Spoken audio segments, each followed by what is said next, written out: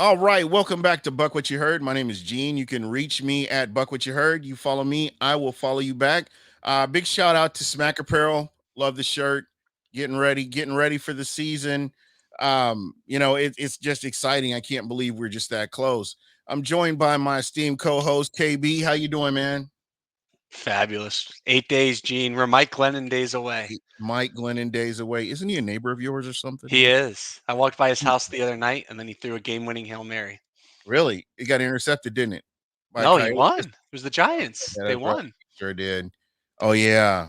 I'm thinking he actually threw one in the yard and you caught it or something happened. That's what I'm If he used to. wants to do it, I'll catch it. That's the Glennon I'm used to. But yeah, you're right. That was I wasn't expecting that. It totally threw me out of my groove there. So how are you doing, man? Oh, fantastic, Gene. 8 days. 8 days. It's all a Weekdays. countdown. We've been dealing with a lot of man, it's just been crazy where it's like you're you're excited, you're hoping the season, and then you hear all these rumors, and then you hear these rumors, and then these part people are arguing with these people are arguing with these people, and it's just it just I don't know. This has been one of the off seasons I thought would be more fun, but it really hasn't, just based on everything that's gone on, I thought it would be a better season, as Super Bowl champs. Oh, yeah. I mean, and there's just so much turmoil going across the NFL and the Bucks. Everything's just so quiet. Yeah, what's that all about? I am not used to that.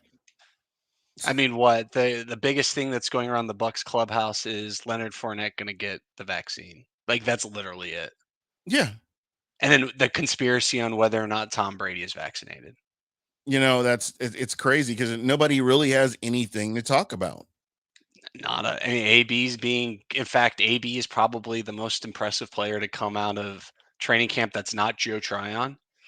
So, I mean, Were were the you sky's the expect limit for this team. were you expecting, I mean, just when you look at him, were you expecting that out of him?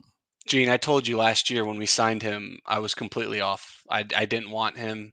You were not on Didn't board. want his antics. I mean, it's more about off the field. But if you asked me, then I'd probably tell you I didn't think you could perform this well. But And he man, is. he is pretty much silenced the haters. Such Oh, so he's going to get paid this offseason, whether it's with the Bucks or someone else. I don't think it's going to be the Bucks, but someone's going to be very happy. I think with AB, or AB is going to be very happy with money from somewhere next yeah. year. Yeah, and I think that's what it all comes down to is him performing. I think another guy that, we can actually talk about is I just dropped his name, OJ Howard. Who? OJ Howard, yeah. Potential? Yeah, Oh, does potential, right? OJE stand for potential? No, I mean seriously, this is an opportunity for him to get some play in and actually be consistent. And if he can stay on the field, I don't see it in Tampa. I know I've had this debate with people, and they're like, "Oh yeah, he'll be back in Tampa," and I'm just like, "No, I don't think that he will. I think if he has a above average season, I don't think he'll be back in Tampa. I think somebody will gamble on him, and I believe he'll get picked up. I could be wrong here, but those are just my thoughts on it. Oh yeah, and I definitely see the Bucks sticking with Cam Brate being a number two, bringing in a blocking tight end to be number. We don't need. We've had the blessing of the riches of the tight end position. Tanner Hudson just went to the San Francisco 49ers. 49ers. Think it's a great fit. Yeah, I saw He his just would never girlfriend's play tweet. for us. I saw his girlfriend's tweet, and she's like, this is basically what happens. Neil L, what's going on, man? I love Tanner Hudson. If you know anything about me, I've always been bullish on Tanner Hudson. And there have just been times in the season where he just didn't do what I thought he was going to do. I mean, drop passes or what have you. I mean, I think he's been pretty consistent in the he's been pretty consistent when it comes to The preseason. preseason, yeah. But just when it really comes down to it, rubber's on the road, you need this guy. He hasn't been that dude. And as much as I love him, I just feel like when you look at the tight end room that the Bucks have, I think they'll be just fine without him. If you told me OJ Howard was our blocking tight end for the first 4 or 5 weeks of the year while he, was getting in the groove of things, getting healthy again, and you still have Cam Brate, like you Right. still have Gronk. Like we haven't even talked about Gronk this offseason, Right. like at all. I know, and that's what's so crazy. I mean, there are players that Bucks fans haven't talked about that will be vital or intricate to this team being successful. And I don't know if you've seen the same thing, but it's just been like, wow, we haven't mentioned him, or we saw some plays for him, but we haven't really mentioned this guy. So again, this team is stacked, and when you look at depth, I mean, this is going to be a really good team, very formidable, and they're all comfortable with each other. Oh, and then one of those players that we're talking about, I think, is Ross Cockrell, and Ross he's someone Carroll. who I gave a lot of crap to last year. I thought he was going to be a nobody, but he's apparently transformed into a very productive safety. And I don't even know if you noticed, but we just brought back what's his face, Andrew, Andrew yeah, Adams onto the practice squad. yeah. Like, I We think never, safeties, and we kept Chris Cooper for special teams. I mean, like, I feel like the special team or the safety room is no longer a concern, even with Jordan Whitehead's injury status. yeah, I think he'll be just fine. But again, we were talking about 17 games in the season. You kind of have to be prepared for everything. And you got to throw in COVID. COVID is that wild card. You got to throw in COVID. I mean, when you look at some of the players that have, I mean, look at Cam. I think Cam Newton was on COVID protocol or For the something like that. second time. Yeah, for the So second time. apparently he hasn't been vaccinated. And apparently Bill Belichick, Josh McDaniels came on and said had nothing to do with their decision. But then you have people like Urban Meyer who came out and have publicly stated that COVID vaccines played a vital role in counting their 53. Intriguing. So, I mean, let's go ahead and address that. Cam Newton, who we all thought was going to be the starter, game one starter for the New England Patriots, and here we are. We're looking at Mac Jones. I hear that's your starter right there. And do you feel like this is the Brady effect in your opinion, or is it just this guy is that good and he actually won the position over Cam? Well, what bothers me about this decision is if you look at their initial 53, there's no backup and they cut basically all their quarterbacks. So if you're going to go with a rookie, why wouldn't you want to have A vet. even a former MVP if Mac Jones doesn't perform the I way I you'd want him to? I think the big problem for me is I don't think Cam's going to sit behind a rookie. I just couldn't see it in my mind. And I think that Johnny B. This is a hard act to follow. Johnny B was on before me. Great show. Um, but in all honesty, when I look at their lineup, it's just kind of hard to see Cam Newton being there. I mean, just consider the media every week. Is it possible that Mac Jones takes a starting spot? If Mac Jones doesn't do good, do they bring in Cam Newton? There's always going to be something out there churning. And I think it this is something that had to be done. You had to like totally Well, just well, move. remember that this is the same team that had Jimmy Garoppolo with Brady. You had Tim Tebow in that locker room as well at one Right. point. You've had different young guys, Jacoby Brissett, that were young up and comers when even Brady was there. But when you look at this lineup, to me, I say throw all of your stock in. I mean, obviously I'm biased, but like the Nelson Aguilar, Johnu Smith train. No, like with Cam Yeah, Newton as the quarterback, you didn't know who was going to get the ball. Cam Newton was going right. to probably score all the touchdowns. Now we've seen Mac Jones. I think the slot receiver and a tight end are a rookie's best friend. Yeah, absolutely. Absolutely. And we are joined by our esteemed special guest here, Michael Let me Pless, guess, Real it's Box Talk. Bless. Oh, I was right. What's up, fellas? How you Sorry, doing, man? I'm doing good, man. Sorry, I'm extremely I'm late. I It's was late as well, so it's all good. all good, man. We're here to have some fun. We were just talking about the whole move with Cam Newton, and we'll get back to the Bucks. I promise, guys. This is a Bucks show, but I did want to address this because I thought it was really interesting the way things went down. In my mind, I think it was the only way that you could have done this. There's no way you could have kept Cam Newton if Mac Jones was going to be your starter. There's just no way you have them both in the same locker room. It wouldn't have worked at all. And I think from a media standpoint, just from a personnel standpoint, and from a fan standpoint, there are just too many questions that would have been swirling. And I think you've cleared all that up. Mac Jones is your guy moving forward, and this is what your plan of action is going to be.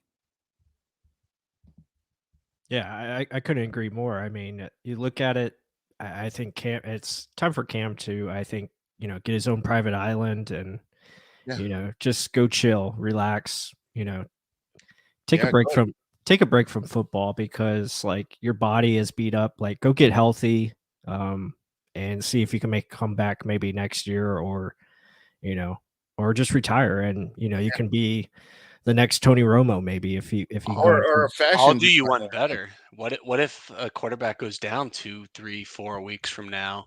Then all of a sudden you could play superhero, which we know that's what Cam loves to play. Right. Yeah, that's definitely an option. But as far as the decision from the Patriots standpoint, I think it was the right call. Mac Jones is a great fit for the offense. He's got a lot of good things around him, and I think it's the time to build the future, and But who's going to back him up though? Plus, so like for instance, I just looked at the 53. I mean, usually they have guys like Brian Hoyer around, like some rusty vets, but there's no one behind Mac Jones right now. He's the only quarterback on the roster, which surprises me.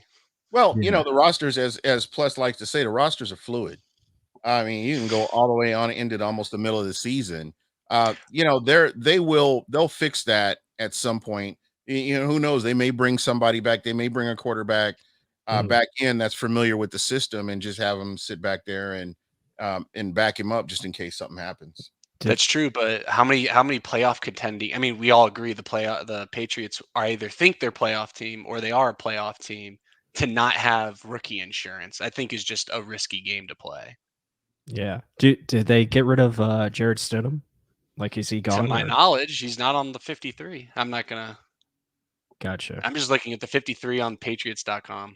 Okay. Interesting. Yeah, so they just have one quarterback on the roster. Yeah, I mean, yeah, see who they bring in. Yeah. So like I said, I think they're going to get somebody familiar with the system and just have them there to back up. Week 4, baby. That's going to be 3 games of his film for the Bucs, I think, is perfect. Watch them call Ryan Mallett, see what he's doing. Probably. Though, I mean, BA or Belichick quarterbacks are like BA. Like, he just cycles the same 2-3. Blaine Gabbert. I mean, like the same 2-3 guys that just come through. Right. Yep. And that's kind of what you're looking at there. So I want to get back to the Bucs 53. And were there any? To me, there weren't any surprises. Being honest, there weren't any surprises when I look at the final 53, or what we have right now known as the final 53. That could change. But were there any surprises for any of you guys? I got 3. Let's hear it. I'm dying to hear it. Inside linebacker 4. 5, excuse me. I didn't think Grant Stewart was going to make it. I thought Joe Jones flashed both as a linebacker and to me was a little bit better on special teams. Stewart obviously has heart, athleticism, and hair. I thought Jones would have beat him there. D. Delaney, CB4. I think it has to be the hair. And Mr. Irrelevant. I love seeing Mr. Irrelevant doing something nice. D. Delaney. I mean, he had obviously a couple. He had the 2 picks against the Texans, right? So I mean, obviously he flashed, but if you'd have told me D. Delaney was going to make the roster 2 months ago, I wouldn't have believed you. And who the hell is Chris Cooper? Those are my. I mean, if that's the only. Every other person. I mean, we kept 6 receivers, same 6 we've all been talking about. No Mickens, but he's on the practice squad still. The 3 tight ends. Everything else, like you said, Gene, it's as safe as it comes in terms of what we would have expected. And what's weird, shout out to Corey. What's up, Corey? What's weird about this to me is that we've never been able to talk about this. We've never been able, as Bucs fans, to look at the roster and be like, oh man, I can't believe they let this guy go. He was a fan favorite. No, you've got all your squad back, that, basically all your starters back. and you pretty much had wrapped up all of your depth except for a couple of pieces, even before you went into the preseason. So we've never had the time or the ability to talk about this. Mhm. Only one draft pick didn't make the roster. Right. 6th round pick. That's it. Yep. Everyone else made it. Yeah. Chris Wilcox went to the Colts. So that. And I think that's a good fit for him too. No, it's good. I mean, that's a good thing if Another team wants your guy. Right, exactly. So, yeah, I didn't see any surprises from the final 53. Again, there's going to be more moves to come, so we'll Definitely. just have to wait and see. So, those guys that you mentioned, like Chris Cooper, Grant Stewart, even like a Steve McClendon, obviously Jose Borgalis is probably going to be cut. So, all those guys are really not safe yet. It remains to be seen, how they want to work things. Obviously, Cam Gill is probably going to go to the IR. So there's just certain things that still have to be processed. I was interested though that I thought maybe they would have looked at an offensive tackle from another team. Potentially adding, one of these veteran guys that got cut, like a Tyrell Cosby, even though he's That's not who I was great. gonna say. Yeah, not even though he's not the greatest, but again, it's just a guy that can, bring in some more depth. Bud Cannibalist was asking about Josh Wells. Are there any worries with Josh Wells? Yeah, I think that's why I mentioned Tyrell Cosby. It's just like, I like Wells as like a spot starter, but if you need a guy for like a significant period of time, I would like to have someone that is a little bit more with upside and athleticism. Yeah, absolutely. And I look at some of the guys that they kept, and we were talking about KJ Britt, and My uh, guy, Gene. yeah, I was telling you in January that KJ Britt was going to be on this roster. you were. I told you. Hey, I cannot argue that. You guys can go back, come roll back the I film. watched one Auburn game this year, and he flashed, and I was like, "What a great 6th round, 7th round pick he could be." So when we look at some of the guys that didn't make the team, could we ask the question: were some of these guys just not consistent enough to really be players that made it on this team, made it on the final 53? Or I would have to say, in my opinion, that's probably the biggest factor as to why a lot of these guys didn't make it. Yeah, they had flash plays, but ultimately, hey, you didn't do it on a consistent basis. And these are vanilla plays, and all you have to do is go out and execute. As Pless would say, I think we talked about this on Monday, Pless. Being able to go out and execute on a consistent basis is what gets you on a team. Yeah, no doubt. I mean, and you look at some of the guys that were cut. I think you talk about Tanner Hudson.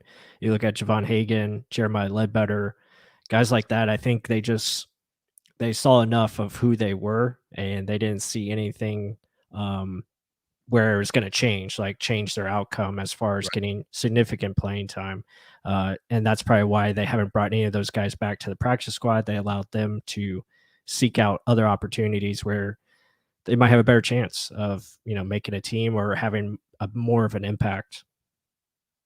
Yeah.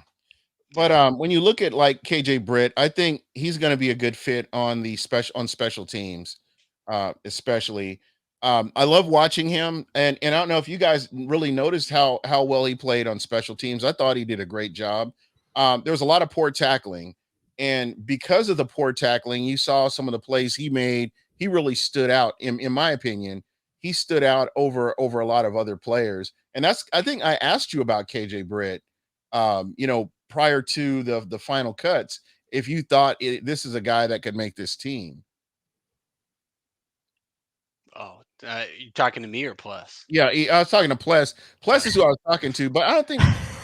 Well, But, KJ Britt to me is everything that I wanted and thought Jack Sitchie was going to be for this team. I mean, Sitchie had a great career in college, obviously cut short because of injury, but you think he would just be able to translate that to special teams. KJ Britt already translated it. He had the special teams down locked. It was, right. can this guy play linebacker? And I think he proved it. I mean, I don't think he's going to upstage Kevin Minter in terms of the next man up. But if God willing, somehow Devin White and Levante David were injured, we'd kind of be screwed anyway. I think he's going to be better than 90% of the guys on the street. And that's all you can really ask for from inside linebacker 4. Yeah, Yeah. that's all. Yeah, That's all I mean, I asked about. yeah. Yeah, looking at KJ Britt, obviously I think he's great at going north and south. A little trouble going east and west just because of the limited athleticism that he has. But I mean, put him on special teams, you let him just go run and go tackle guys. I think he can do that. Not as limited as Grant Stewart, though. That man is slow. Yeah, he is. And But I he's mean, going to be on the punt What coverage did you team. see from Like, What did you see from Stewart that that in your mind is what kept him on the team? well, I think obviously there were some flashes. And again, like I said earlier, there's no guarantee he's on this roster by the end of the weekend. So just have to it's a wait and see process. But when watching him, again, he's very limited, short legs, not very fast. He's thinking a lot out there. Yeah, And it wasn't. It didn't flow naturally. yeah, he's got to win contrary with to his hair. Sorry. right. I had to say something to the flow. Yeah. So, I mean, he's just a guy that's going to have to win with smarts. And it just, he was thinking way too much out there because he's still trying to learn everything. And so, fitting gaps and reading the plays, he's just not there yet. You saw him lost in pass coverage and then getting to the right angles to make the tackles where the running back should be for like a, minimum gain of 2 yards. But instead, it's, 5-7 yard gain because he's just not there yet. Kind of same thing with KJ Britt, even though KJ is a little bit more athletic and he has a little bit more range as far as adding that pop to his game. But again, it's kind of the same thing. He's going to have to learn how to be in that spot before it takes place to be successful. Yeah, that anticipation, but that's kind of instinctive, and not every player really has that ability. If in my, I mean, honestly, not everybody has the ability to do that. Well, it's something. I mean, it's something that can be developed and coached up. Yeah. Just with experience. The main thing is not everyone has Devin White's athleticism. That's a problem. So We're spoiled by that. we are. And when you watch Devin White and Levante, I mean, you saw Levante he had like 10 tackles in one quarter. So, I mean, we're just blessed. We're blessed that we have those two guys and hope they stay healthy because when you have our guys up front, they make it real easy for those linebackers to make plays. And they correct a lot of wrongs that our guys do too. If our guys are out of position, they usually clean it up. So Right. it's And nice. we've been spoiled. I mean, when you look at Levante David, and then you look at for a little bit there was just linebackers that we've had here have always been decent, and they've continually upgraded. And I mean, Quan Alexander, we were happy with Quan Alexander until Devin White was here. I mean, we've just been spoiled by the level of talent that this team has had. Yeah, definitely. So next, I kind of want to talk about the running back position. And you guys know I'm bullish on Ronald Jones, and I know that we talked about this on Monday too. Plus, I'm good with whoever starts. I'm gonna be very honest. I'm good with whoever starts because I know that both of those guys are going to get their touches, and they're going to both be able to make plays and help this team win. What folks need to realize is when we look back at the running back by committees that we've had over the years, I mean, we haven't had a really solid running back room, and I think Doug Martin was our running back room basically. And Charles Sims for 1 year. yeah, Like that was the best. No, but I'm saying like that was the last yeah, time there really was a true a like legit running 1-2 back. threat. Like, Yeah. yeah. Yeah. So, I mean, when you look at the squad right now, the running back room now, I'm happy with it.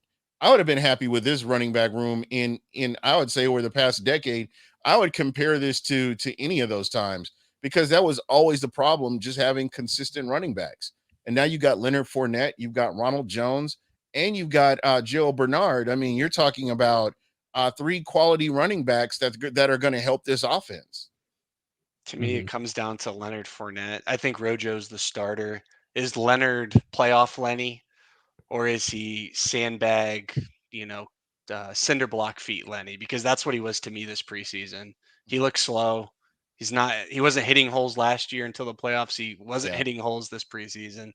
I'm not excited about Lenny. I hope Rojo stays healthy. I think if he plays 17 games, I see 1,200 yards in his future. I love Giovanni Bernard, seeing him as a receiver, seeing him blocking, seeing him just running simple routes out of the backfield for Brady. Keep that guy in bubble wrap. We need him come the postseason. I just need to 100%. get him even more so than Rojo, Lenny. Giovanni Bernard needs to be on this team in the playoff run. Yeah, you need that. And I think with his hands, I think they can rotate him in. He doesn't have to just be that third down back. I think they can rotate him in, and I think he'll be just fine. Um, I I just like I said, I'm just excited for this running back room, and everybody's healthy. Yeah, I mean it's definitely it's a solid group.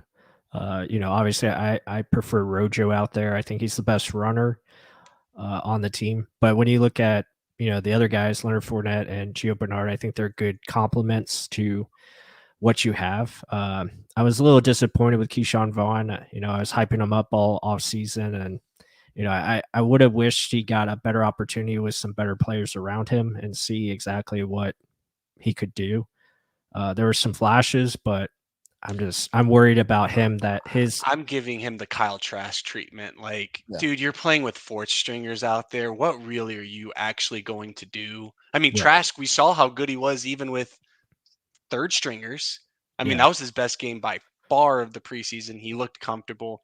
He's making accurate throws. Keyshawn Vaughn, if you take away his fumble in the kickoff role, Mhm. I think we're at least less sour about him. I think having the 2 fumbles in one game just instinctively makes us feel like, oh, not this kind of shit again. But I think he's gonna be. I think he's I gonna think be he's just fine. fine. He's running back 4.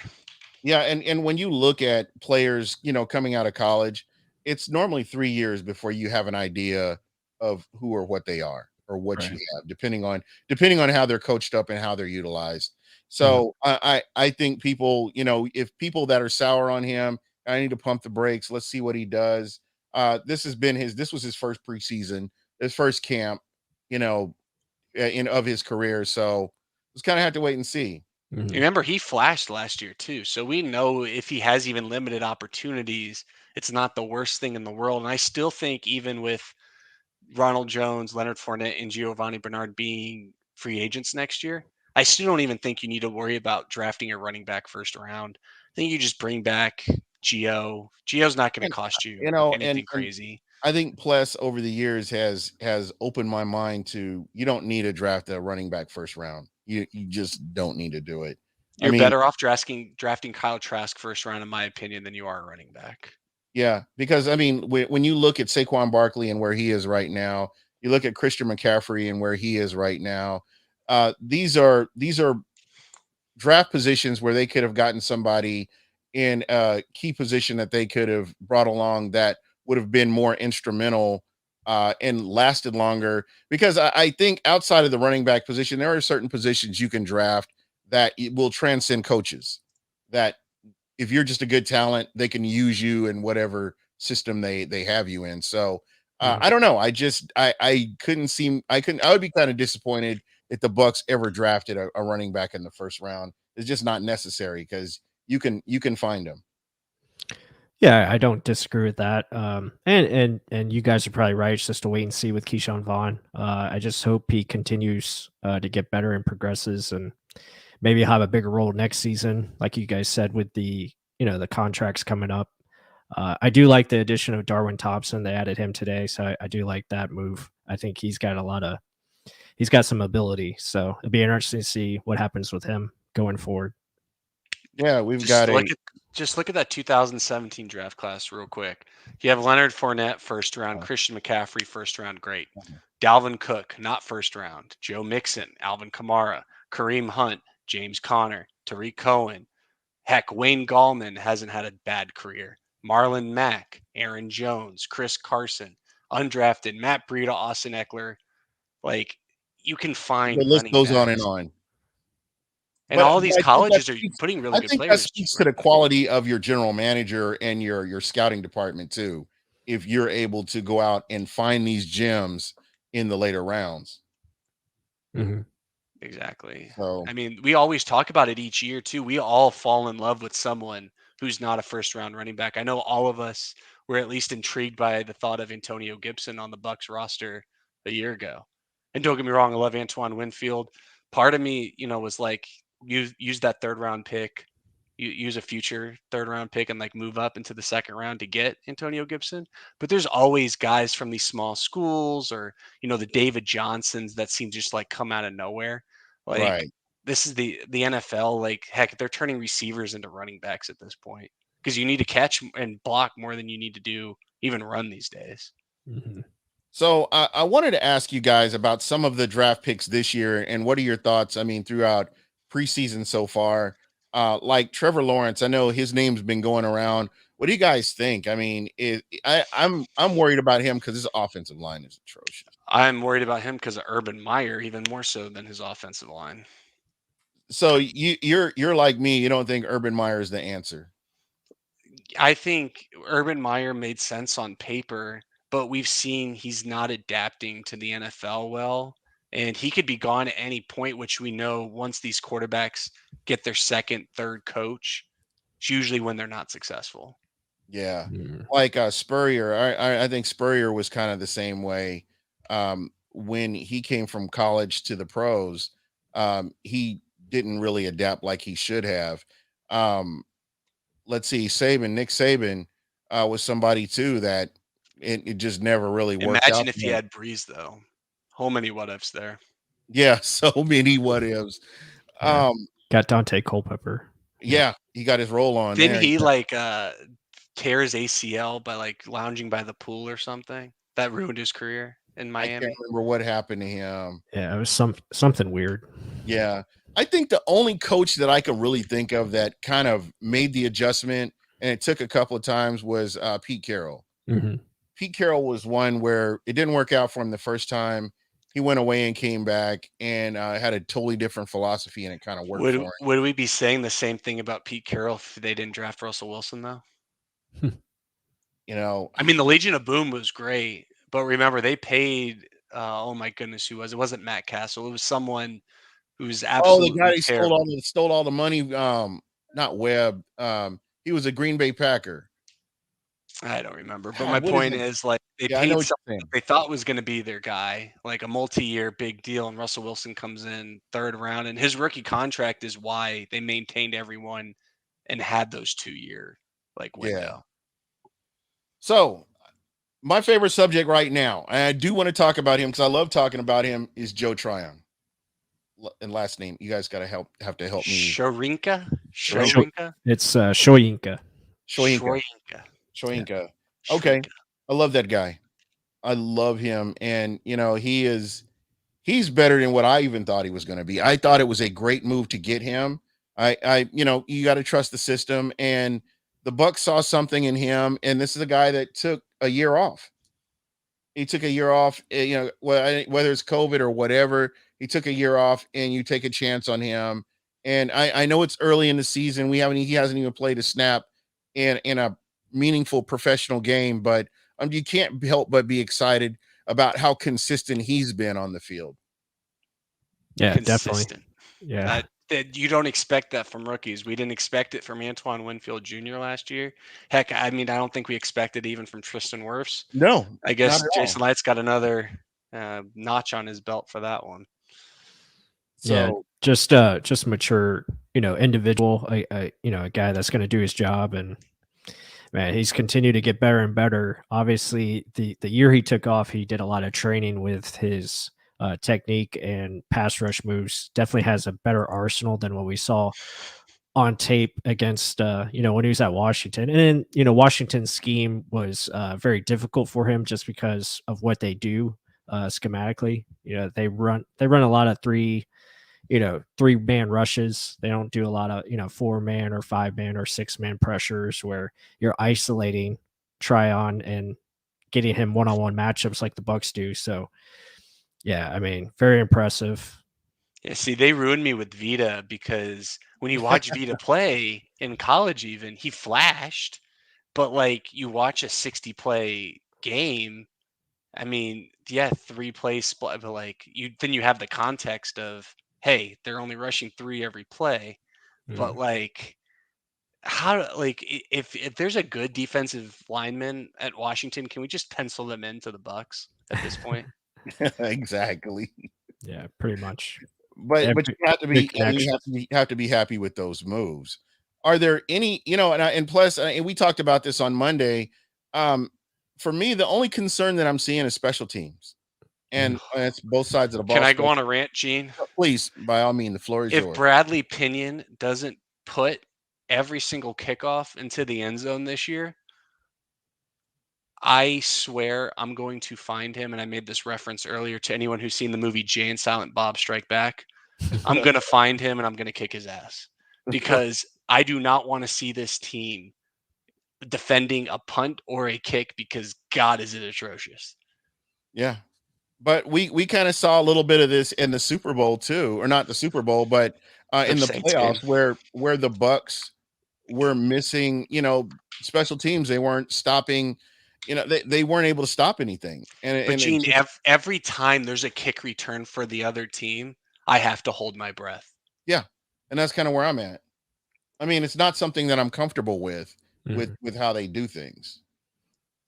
Yeah, and I'll just say, Bradley Pinion usually he kicks it deep and it's a touchback, so I'm not concerned there. I think he was mainly doing that because they just wanted to see how bad But there was some coverage times last season. Remember, I mean, Saints game. It just seems like every time a receiver or a returner like actually returns a kick, they have to start at the 40. And it's just our defense after what they went through in 2019. You'd feel like, we would give them some decent starting position every now and then. But then last year, our offense decided to have a whole bunch of 3-and-outs. So they kept giving up bad field position. And it just seems like the Bucks have never won that field position game. And I just need Pinion because he's not a good punter.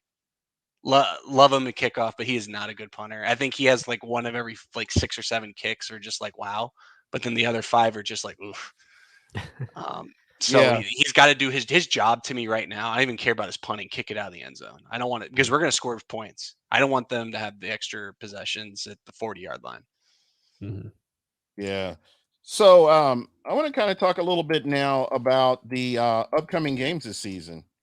I was looking over the schedule, and so it's going to be the Cowboys the first game. And have you guys gotten to watch? I've watched a few preseason games for the Cowboys to kind of get an idea of their depth, and I'm just like I'm not sure about their defense. Their defense is just I'm not sure what to really make of it.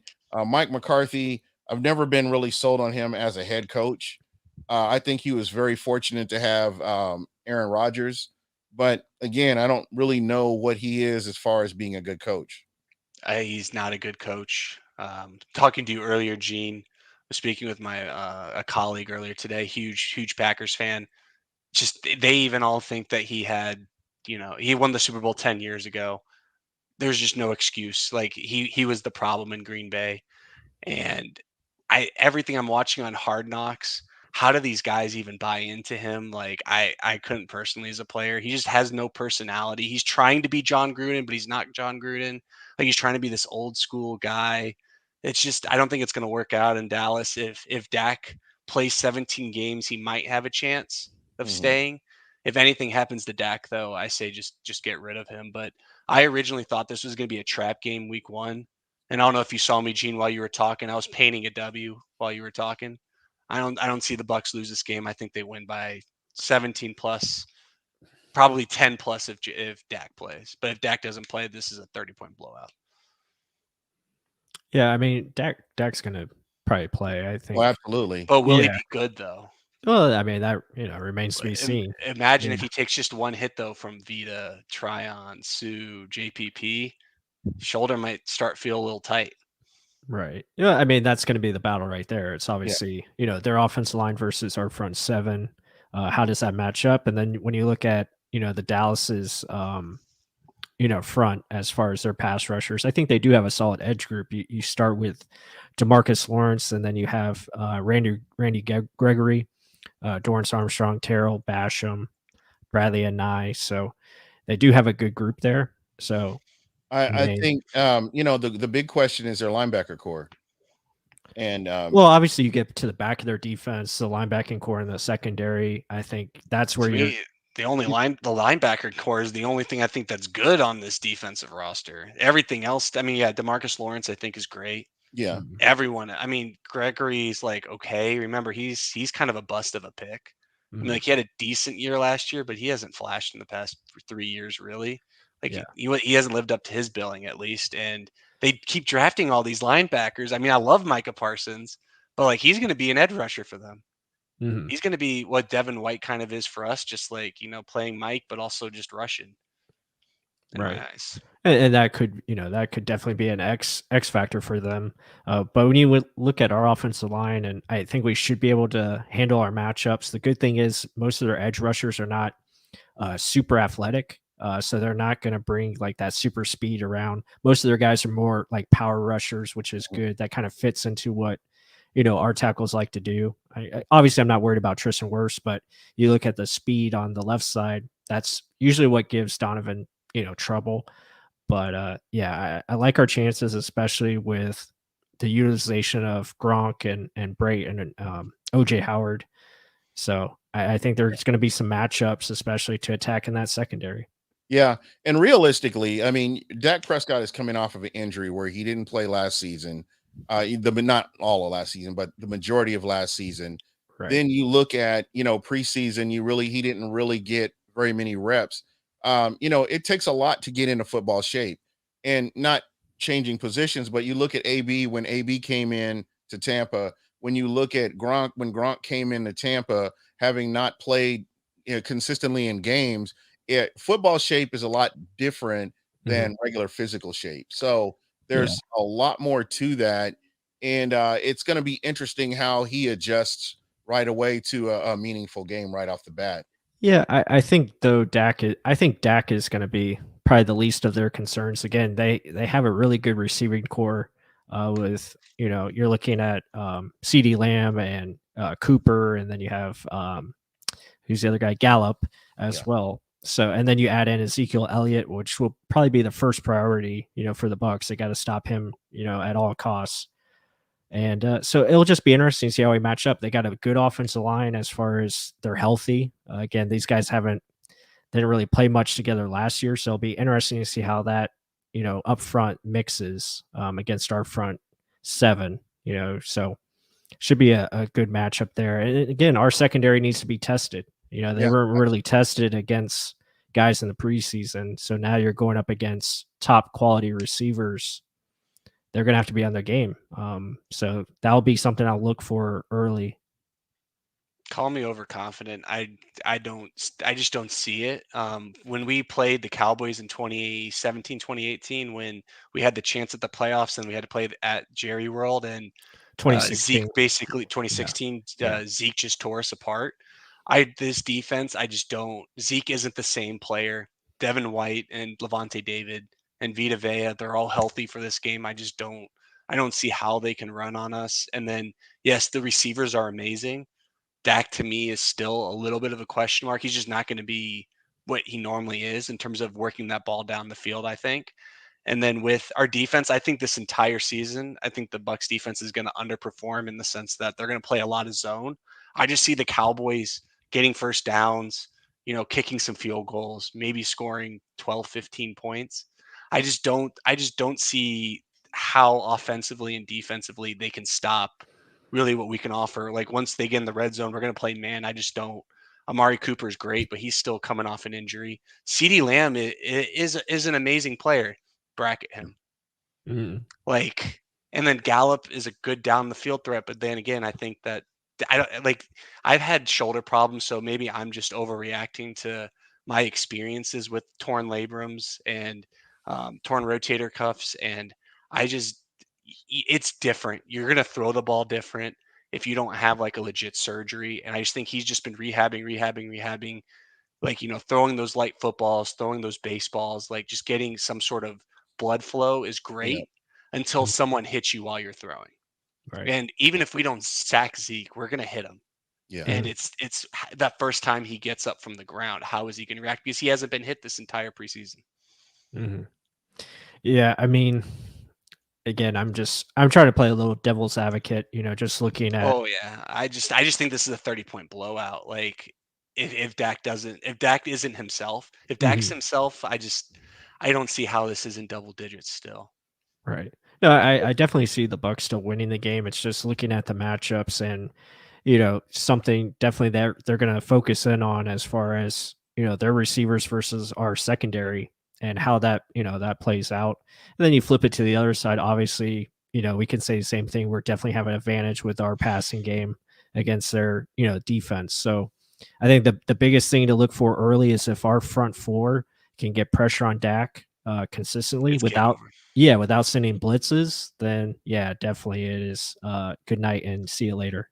But the best part, I think, is I think the Bucks are going to come out swinging with some passing plays. Get like first couple drives, just just go straight down the field, Right. and then I don't think this defensive line can stop Ronald Jones. And then a play action game on top of that. I think if you just score the first 10 points of this game, you're just going to control them because once the Cowboys become run dimensional, they're not the same team. We saw them even blow leads Yeah. last year.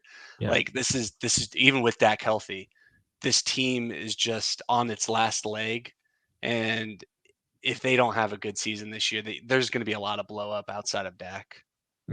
Yeah. No, I think that's good points. Yeah, absolutely.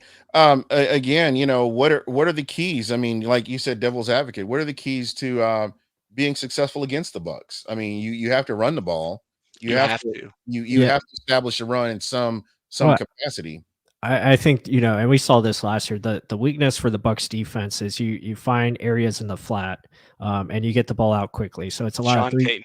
Yeah, it's That a was lot. going to be my thing. You just follow what Sean Payton does, and you'll be great against the Bucks. Yeah, it's a lot of just three-step drops, get the ball out of your hands quickly, find where that incoming blitzers coming from, attack that area or attack the zones in the flats. And because that's an area where the football will be open as far as guys. So that's an area. Obviously, keeping it balanced, running the football, trying to get the Bucks out of position is another thing. And then when you're facing an offense, now this is tougher to do, but when you're facing an offense, the key is find a way to get some type of pressure on Brady, force him into mistakes. And again, that's tough to do, especially now since he knows the offense. He's going to get the ball out even quicker.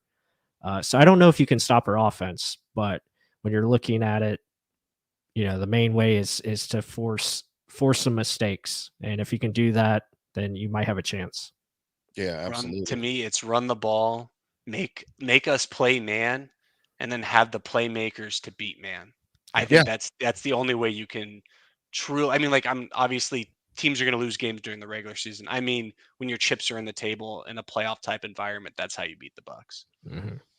Yeah, I think probably the one thing that I'm looking forward to is the secondary. I know we talked a little bit about the secondary earlier on, but with that wide receiver core that they have, just how do they handle that? How do they deal with that? That's kind of number one for me. The runs, not so much. The Bucks have always been consistent against the run, and what really gives me confidence is how they handle the run with Vita Vea out for all the games that he was out, and the way the defense handled the run, and now having him back and then having that rotation solid, it's going to be hard to run against the Tampa Bay Buccaneers.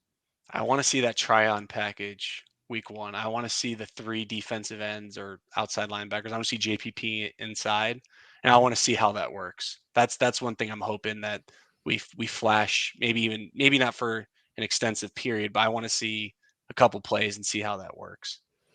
Yeah, I mean, we already saw like Tryon Shoyinka running a stunt off of William Golston, and like Game over. It worked very well. So the athleticism, I just freak out about that. As big as this guy is, and the way he moves. he's all of 6'6". He's like rocked up to. I got to see him up close at training camp, and the dude is brag. He's legit. He's legit big, like size. He's almost as big as William Golston. Golston's a big dude.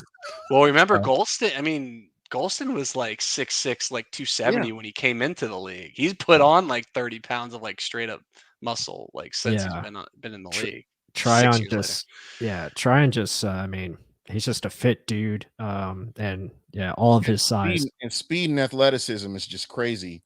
And again, he's gonna definitely be utilized on this defense. I just can't wait to see it.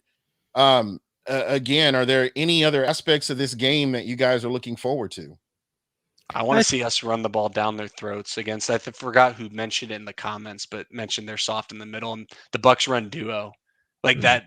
This is the perfect defense to run up the gut against because they're going to play 4-3. They're gonna play cover 3. The Dan Quinn, like if you're not good up front, this defense is going to suffer, and they're going to throw a lot of resources to stop our passing game. Run duo right up their throat. Yeah, I definitely feel like it's a good game to run out of 12 personnel, or spread them out if you want to throw the football. But yeah, definitely you can run it and try to keep that consistently. But yeah, I'm looking forward to that. And again, like I said earlier, just the matchup of our defensive line versus our offensive line. If we can obviously handle that matchup, then I think you get into the point where Ken was talking about, blowout city, and I think that's very possible. Yeah, absolutely. But again, it's the first game of the season. It's going to be interesting to see how this all plays out. Again, your quarterback is the most important aspect, of the game, and we know this. And I just am not 100% sold that Dak is in football shape, and he's going to have to come out and show what he can do. As far as I can tell. I mean, what did he have? How many games did he even play in the preseason? Or just get any? How many reps did he get? He didn't hardly get any, did he? No, he got injured pretty early on. Yeah, he didn't play in the preseason. Didn't play in the preseason last year. So again, it's like yeah, I understand that, but you have to factor in that he was injured. Right. And, coming back from injury is another part of it too. Oh yeah, for sure. I'm telling you, shoulder. You can ask any baseball player in the world. You never want to have a shoulder injury. Yeah, that's why you see guys coming. Well, you see all these guys in baseball with Tommy John. That's the big surgery. That's elbow.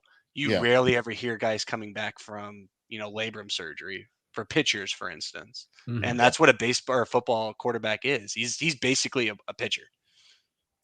Yeah, and there's also the mental side with his ankle injury as well. So again, that makes it worse because we're already. I mean, this game aside, like I was rooting for Dak to come back and play well, but those are some serious things for him to be grinding through. Yeah, absolutely. Yeah, and then what happens if you get to the season and this never heals? I mean, you have this nagging injury. We look at Cam Newton. What if it's week 8 and you're 2-6?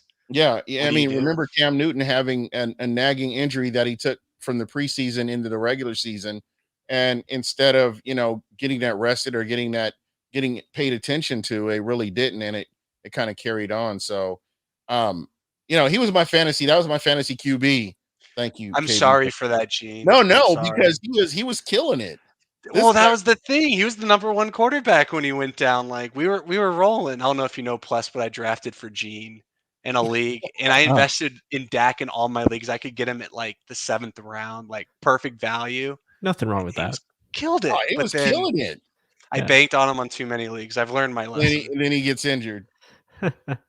Spread out the diversity.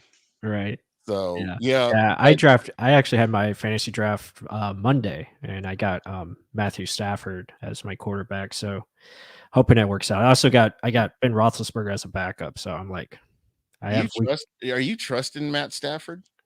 I think he's going to succeed in that scheme. I just feel like it's going to be a good fit. And then obviously having Roethlisberger as a backup, so I can play like matchups every week. So that's pretty nice. I just feel like, both will be consistent. And it should be interesting. Now, my friend Mark, my co-host Mark, he always drafts Matt Ryan every year, and it works out for him. The domes, baby. Remember NFC South quarterbacks, Drew Brees, Matt Ryan. That's a lot of dome games. Yeah. So, and then for me, something that's with Stafford, I feel like he's going to do great. I just think what people are overlooking with the Rams, I still don't think Ra's that answer at the defensive coordinator. Staley did so much. Like, if we want to talk about how like crazy like the Sean McVay offense is, in terms of just being crazy, just using concepts that are simple but then tweaking them to make them seem extraordinary. That's what Staley was doing defensively. It obviously made Tom Brady look silly a couple times, and I don't think Rock can do that. Yeah, no, I agree. I'm scared of the 49ers. That's the only team. Them and the Packers are the only teams I think that can give us a chance. Obviously, the Packers, we beat them twice. 49ers, can they stay healthy? And who the fuck is Trey Lance going to be? Yeah, no, it's definitely interesting. But just one quick on fantasy, like in my draft, I actually had the number 1 pick. I got lucky and got the first pick, but I just couldn't take Christian McCaffrey. I couldn't do it. Oh man, you can't. Cook or I took Dalvin. I took Dalvin Cook, and I was really close of taking Derrick Henry, but then I was like, you know what, Dalvin. Is it PPR or no? No, it's not. So that's good. I think you're good then. When you talk about durability, though, I mean, yeah, isn't Henry your guy too? Oh yeah, for sure, and that's why it's like you look at Dalvin. He's had some injury history for sure, and obviously healthy. He's a freaking monster, though. Yeah, he is, and I feel like he should have a big year. I talked with my Minnesota source. He feels like he's gonna do legit things. So, who you got on defense? Defense, I took Denver defense just because they had the matchups early, and defense. I kind of play it weird. I'm kind of like a week to week thing, so I can pick up certain defenses throughout the season. And then I think we have a linebacker position, and I got Roquan Smith from Chicago. So nice. I was going to take Devin White, but he was like the first linebacker taken and way too early for my taste. I think Roquan is a smart move too. Yeah. So let's go ahead and finish running down your lineup here. Oh, okay, sure. Yeah, I mean, my other running back was Gus Edwards, since he's going to be the starter now.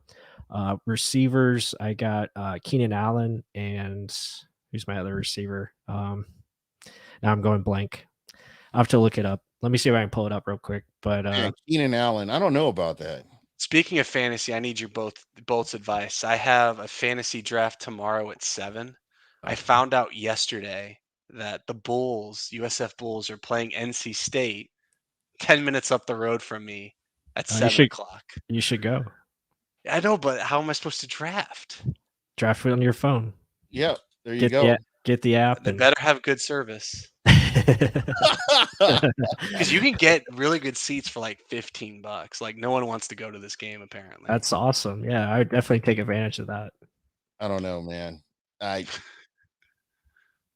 Yeah, that's a tough one. There you go. Bud Cannibal says FaceTime it. Yeah, you could do that too. See, I like having like the setup. I like having my spreadsheet up. So you got your picks already? I mean, I have an idea.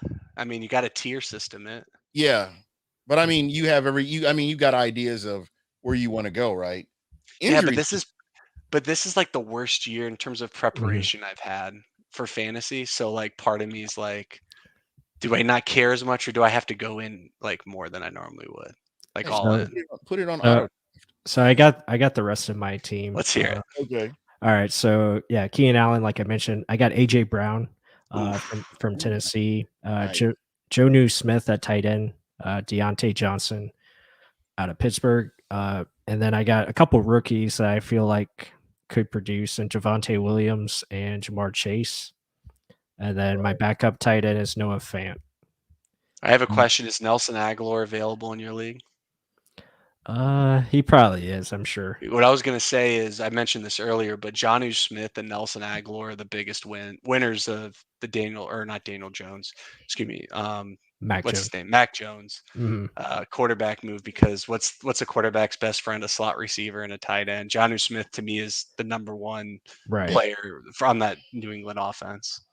Yeah, for sure. Well, I got to ask, what about Atlanta's tight end? I mean, Kyle Pitts. Like we rarely saw him, but man, that boy's fast. Have you seen the longest yard? That man fast, fast. He's been going pretty early in drafts. Usually he's gone by round 5, round 6. So yeah, I mean, I understand it. He's gonna be a big time playmaker for them, especially on the other side of Calvin Ridley. I think those two.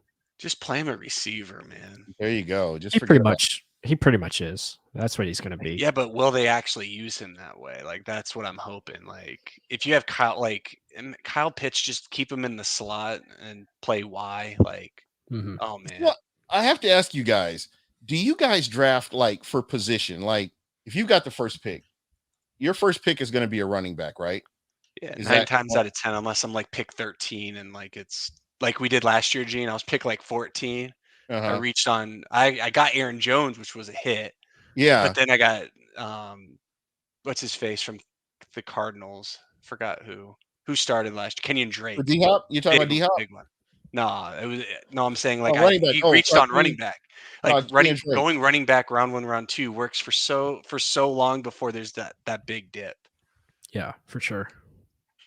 Yeah, I kind of wish I would have went running back a little bit earlier. I went receiver just because I thought the value was better in the earlier rounds. But receivers, you can get them all, throughout the draft, and running backs go so quickly. It's like rounds 1 through 4, they're gone. So, yeah, there you go. So then, running back, do you go quarterback? Is that your next move, or? Usually you go running back, and then you try to find a stud receiver, and then you go quarterback, because quarterback again is a deep position. It's something that you can find later. Like I got Ben Roethlisberger late, like in round 10 or something, as my backup. Tom Brady's like QB 8 right now on like consensus rankings. Like I mean, we're talking about Brady probably throwing 5,000 yards this year. Right. Like, yeah, ridiculous. Jalen Hurts is a top 10 fantasy quarterback just because he can run. Like quarterbacks, you can just find so many. Matt Ryan. All you have to do is like be at that stable QB like 6 to 10. Just be stable there and hit on running back, and then that's when the good things happen. Right, for sure. All right. This is a fantasy show, everyone. Yeah, it kind of morphed into that because I'm intrigued by it. I'm a sore loser. That's why I'm not playing this year. I'm usually not very good at fantasy. Like I've struggled. I came in like second place one time. I think I won the league one time, but I play with the same group of friends. So, I usually just have the one team, because if I have more than one, I can't focus. It's so hard to keep. Yeah, I did like 10 last year just because so many people were like. It was before I met Gene, so it was just like, hey, you want like this league, and I was like, before I knew it, everyone had 10 drafts in like 4 days, and my mind. I know, and then you're like double booked on drafts. And then Gene goes, "Can you draft for me?" And I'm like, "Oh God." Yeah, I think I had to work or something like that, and I couldn't get to it. Yeah, I'm in a fantasy baseball league as well, and I can't. Oh, after game 50, it's so hard. It's tough. It's tough for me because I don't know half of the players, because I'm not like a huge baseball like nerd or guy, or I follow the Rays obviously because I like the Rays. That's all that matters. But yeah, following all these guys that have no idea who they are, it's very tough. Yeah. T. Smitty brought up a great point. Like, do you think Kyle Pitts at the end of the day was still the right pick for Atlanta? I mean, if Matt Ryan's going to be your guy for the next 3-4 years, then sure. But I don't know. I feel like they needed a whole. How much longer do you think? Matt Ryan has not been the same since the Super Bowl. Well, since Kyle Shanahan. Yeah. I mean, Kyle Pitts, I think if you believe he's a game changer and a guy that can change your offense, where, I mean, you got a nightmare every game, I think that's awesome. But then at the same time, I can see it where, I would. To me, it comes back to the whole Devin White thing. I was a big Josh Allen guy. So it's like, the edge rusher is the better player. But then you find out 2 years later, Devin White's probably the right pick. Right. That's what I feel like this Kyle Pitts thing is right now. At that position, is it you're getting the best player on the board? Because, I mean, if you feel basically like Ken said earlier, if you feel Kyle Pitts is basically a receiver, then it does make sense, because when you look at it from that standpoint, you look at the most important positions. It's quarterback, left tackle, corner, receiver. Those are all affecting the passing game. And then you have edge rusher, obviously. So, get a guy like that, at 4 overall. I think again, it's a dude that can affect games. And drafting Justin Fields, he probably can't do that right away because you have Matt Ryan there. Well, also remember Jamar Chase was supposed to be the safe pick at wide receiver. That's not going over too well. I'm blanking on his name, the kid from Oregon who went to Detroit, not going over too well. And people are talking about changing sides for tackles. It's not easy, fellas. Yeah, Yeah. Stool. Yeah. Hey, that's why I'm not a general manager, man. That's why I tell Bucks fans like we can't change Tristan Wirfs' side. Like you got to keep him where he's good at. He's played very well at right tackle. Let him, blossom. At this point, if there's a left tackle a year or two from now, draft him.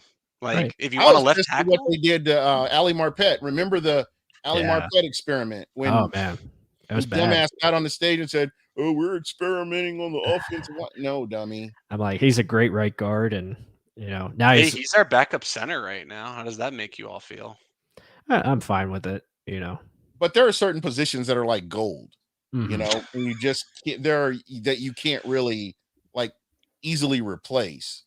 And we're very fortunate to have Ali Marpet. I mean, no doubt. I mean, he's become a tremendous left guard, and I think that's great for him because it is definitely an important piece of your offensive line, especially you're protecting still somewhat of the blind side for the quarterback. And obviously it's a big piece in the run game because you can move him left or right, and it just gives you more versatility that way. But yeah, I mean, definitely lucky to have him, and he's getting paid like it too.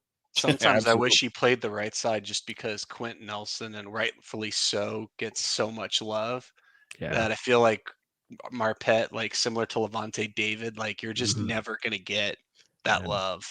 And they were so close to being on the same team, damn it. Unbelievable. Don't even get me started. But I love Vita Vea, so. Yeah, it all worked out. Really quick. Mike Evans, with the contract move that he made where he smart man giving up some money to help the team. He just gets he's not giving up money. Yeah, he just gets money. I mean, right now. I mean, but he gets money either early or later. So I'm trying to find that message or tweet that Brent Mulberry put out there. So, it was hilarious. He's like, for the people that haven't been following, how does that help the Bucks for the people that may not be aware of this? This is from my boy Pless, who's basically the salary cap's a myth. So this is how it works, folks. Let's say Gene is his salary to play this NFL season was to get paid $700,000 per game, essentially. That's a great per game check, right? Well, what if all of a sudden you're still getting that check, but then your employer goes, hey, here's another $12.1 million that you can put in your bank account right now. We're just going to finagle some stuff on the back end, but you're still making the same point that you have today. Would you accept the $12.1 million in your pocket right now? Oh, yeah. I will. Yeah. It's like the lottery. What do they say? You take it now and invest it as opposed to waiting for those installments. Right. Exactly. Yep. And that's why the salary cap remains a myth. Exactly. I mean, void years too. They put void years on that, according to Greg Allman. Did not see that one coming. They got like $8 million out of this. I'm not sure if that's official yet. I think he was talking about it could be potentially what they do. It still has to be signed. I thought, I must have misread that. Then I thought it was they did that. Yeah, I think that's what they're leaning towards, but we'll see if that is the confirmed tomorrow once he signs. But yeah, so when they did, sorry. Oh no, I was going to ask, who are they going to re-sign? I think it's just to have the $5 million to be able to sign whoever if there's an injury. I think that's what, because you have that $5 million buffer. I think that's what this is. Yeah, it's not to bring anybody in. It's just, in case injuries or practice squad, obviously the practice squad. Sorry. That is true. And, when you look at our special teams, that is definitely a cold sore. So, yeah. Amen, brother. Especially, Braglos or whatever the heck his name is. God, suck up. Please don't come back from COVID and suck. Please. Otherwise, me and Gene are not. Gene went on an apology tour last year. Suck up. You need to come in and not buck this situation up. Yeah, don't make it worse. Right. Yeah, I think Suck Up's going to be just fine. So yeah, I'm comfortable with the move. So, but anyway, oh my God, somebody is in here talking about Cam Newton to Tampa. No. I got a team for Cam Newton though. Texans. The Texans. Yeah, it fits their MO right now. Definitely need a starter because they have Tyrod. Tyrod starter. Yeah, he's good enough. Yeah, that's true. He's serviceable. I think like him and Cam are. I think. What if they put Cam Newton at like defensive end or something like? That's how you transform your career, baby. He is not the same player. I mean, when he left Carolina, I think his best years were behind him then. He was hurt. He's still hurt. Yeah, I don't know, man. I just don't see him ever getting back to the Cam Newton that was that MVP Cam Newton. I think that was about as good as we were going to get from him. So I'm like you guys. I would open up a fashion boutique or something like that and sell hats and shirts and stuff and call it a day, you know? Yeah. How do y'all feel now about this Mac Jones, Tom Brady Week 4 matchup? It should be fun. I think that's goat versus the baby. I'm not gonna say baby goat, but baby, baby Brady. The whole thing, the goat, baby goat. I mean, goat is the greatest of all times, and it is what it is. I mean, everybody else, they're still building their body of work. So I couldn't really, I hate that term baby goat because Patrick Mahomes gets called the baby goat, but for me, it's like Mac Jones. Hats off to him. Hats off to Trey Lance, and hats off to Zach Taylor. Zach Wilson. I almost said Taylor. Sorry, Cincinnati. But those three quarterbacks this preseason, hats off to you. Those three, I thought they needed time. I didn't think Mac Jones was going to be ready. Did not think Trey Lance was going to be ready, and he might still be the third one out of those three in terms of being ready right now. But I think he flashed enough for you 49ers fans to be excited. But man, Zach Wilson, I might be wrong. I hope the Jets don't mess him up, but so far so good. Yeah, and every time I think Zach Wilson, I think of Saved by the Bell I think of Zach Morris from Saved by the Bell. Morris, Mark Paul Gossinger, my man. Kelly Kapowski. Just gonna throw that name out there. So I don't there get you in trouble. go. Well, I'll just say, you look at these rookie quarterbacks, and obviously the Bucs are going to have an opportunity to play a lot of them. You look at Mac Jones, you look at Justin Fields, which is normally a bad thing, but Daniel Jones is slow. we think about it. Heineke, granted he wasn't a rookie, he was still young, never really played before. Fast. Yeah. Kyler Murray, fast. Daniel Jones, surprising wheels. You know how he got the nickname Danny Dimes? A game against the Bucs. Yeah.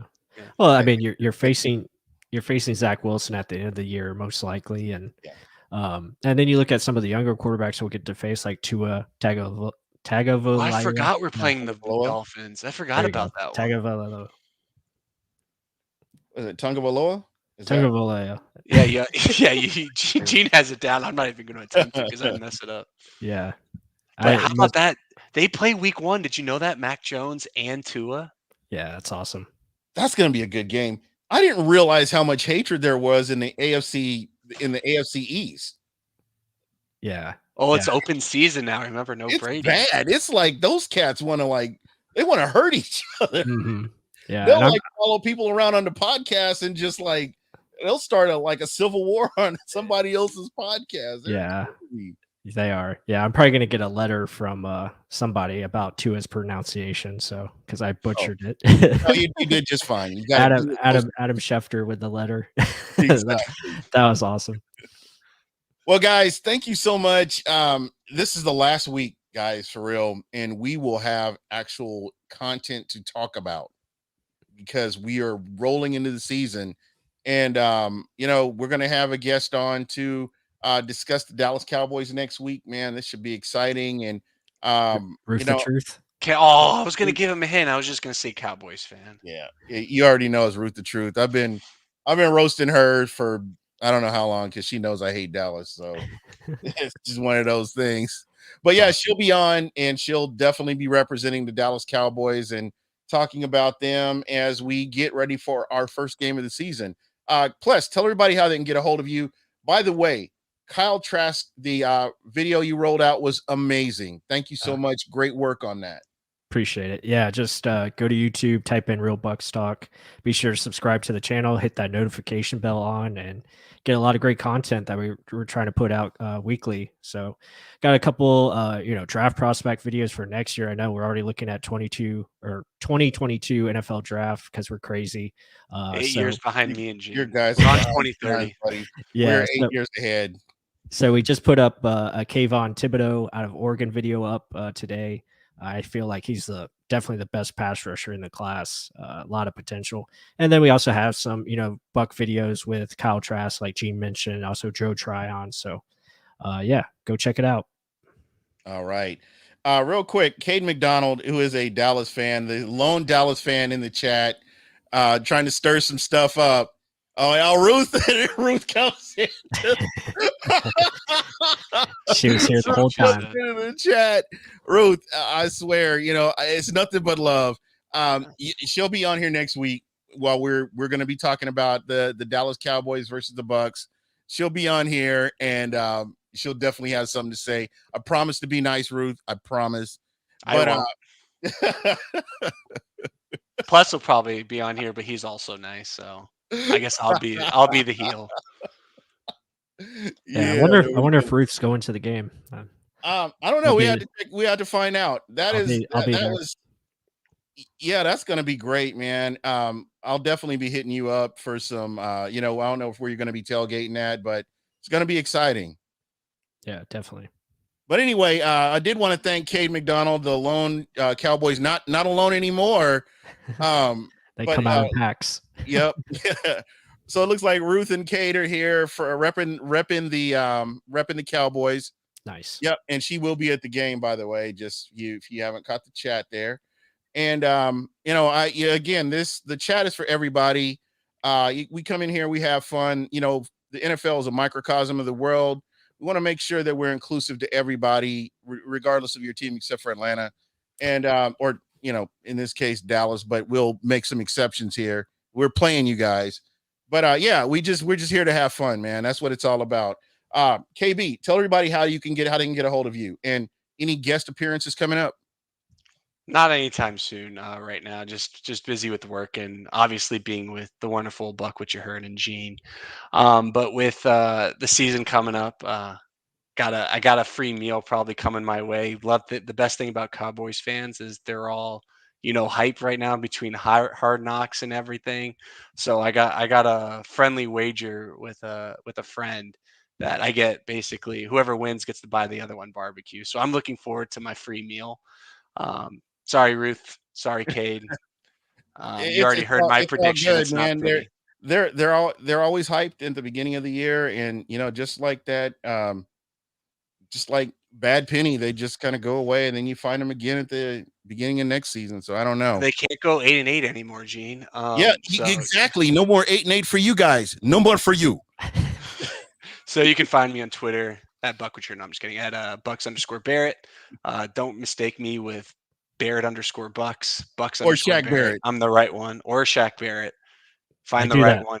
I do that all the time. Yeah, I love Jack, man. Jack, but I hate that it's Barrett. You're not Shaq just Barrett. Like. All right. Shout out to Sports Talk Florida. Glad to see you guys in the chat as well. Thank you so much. I'm not doing final scores because I'm not jinxing this. No, it's next week. Remember, we don't Gene. Plus, I don't know if you're aware of this. Last year, every time we predicted a score, the Bucks lost, and whenever we forgot to do it, they'd win. And then by the time the bye happened, we literally had a conversation where we said we're not going to predict a score. Not one. Not happening here. Yeah, no, I agree with that. Don't do it. There you go. Superstition. It is the way. All right, guys. Well, thank you so much. And everybody, thanks again in the chat. And we're out of here. We